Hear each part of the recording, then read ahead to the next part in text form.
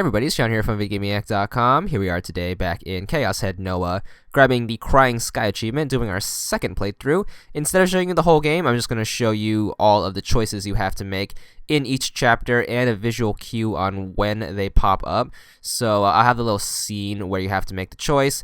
Keep in mind your choices are going to be different from the first playthrough, obviously, so you can get a different ending.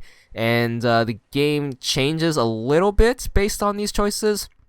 But introduced in this playthrough is going to be the neutral choice. So if you remember from the first playthrough, you either have to hit left trigger, which is a green positive option, or the right trigger, which is a red negative option. In this playthrough, there's going to be neutral, which I'll label as none in the on-screen text, and that means you don't press any triggers, so you just let the game run. Or you can just keep hitting the A button to skip it and then hit right bumper to fast forward when you're done. And you've indicated that once there's no color, so if the screen stays clear, then that's a neutral choice. So keep that in mind for the 9 chapters you have to do this on. Another difference is when you get to chapter 2 right here, when you get the medical chart, you want to check none of the boxes, and that's another thing you want to keep in mind. So do that, and you should be good for the rest of the game as long as you're following this guide right here. Once again, I have all the choices for every single chapter in this video, so you should be good on that. So just keep playing the game. Here we are in chapter 3. This is when we're in the city after meeting the girl. Here's us meeting these two, so it's a neutral choice right there. Computer screen, you're going to have a lot of these computer screen segments, so once again, if you need extra help on finding out when these scenes take place, like if you want like actual timestamps, you can watch our full guide from our first playthrough, which is why I left that there, because sometimes pictures don't help. They just give a rough estimation, so you just got to look for that background and match it up to when you're making the choices. But it's not exactly foolproof. If you're not paying attention, you can very easily miss this. So try your best to pay attention. Remember to save between chapters. So once a chapter ends, make sure you hit the start button. The first option in the start menu will be to save. You have a bunch of save slots. Take advantage of them, and you should be good as long as you remember to save. That'll help you out if the game ever crashes, like it did for me, like a dozen times across the 8.5 playthroughs you have to do of this game. Also, it helps out if you mess up a choice, because if you mess up a choice, you'll probably get a game over or a black screen of infiniteness that you can't read because of Japanese text.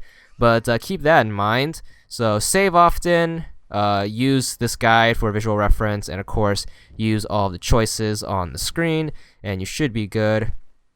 A note to keep in mind, in chapter 6 right here, when you're on top of the skyscraper, you have to get that choice, but it's the same for every playthrough, so keep that memorized. No, no, yes, no, yes. So that's pretty much the same in the 8.5 playthroughs you have to do, and if you mess that up, you are going to die instantly. So I recommend making a save right before you do this part with the doors right here. That part's very, very easy to mess up, and will cost you a lot of progress in the game if you're not saving. But keep that in mind. Here we are, chapter 7. So right trigger after meeting the nurse. Another difference with this playthrough is the nurse doesn't have glasses. Not sure if that has any significance, but there is an achievement for it in the first playthrough for the nurse to have glasses. Not sure what difference it makes in the overall story, but there's another note to keep in mind. But anyways, so chapter 7 still it's the last choice, right trigger when you meet the two girls. Chapter 8 in our storage container apartment. Make sure you pick a neutral choice. In the hospital, these two scenes are very similar, so they're both in the hospital. The first one is a neutral choice and the second one's a right trigger. So once again, pay attention if you're using this guide, because you might mix up some of your visual cues. Anyways, we're coming towards the end of the game right here. There's only 9 chapters, and you do have to make choices for all 9 of those chapters. It gets easier later on, because the other playthroughs usually have you only making choices for 1 chapter, and just letting the game run for like 2.5 hours until the end credits. But the first 3 playthroughs, you have to make choices on all 9 chapters.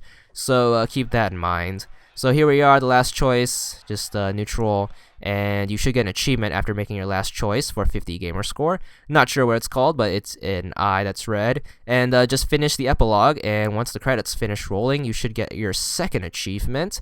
And it's going to be for 60 gamer score. It's for getting the B ending, and that's all there is to it.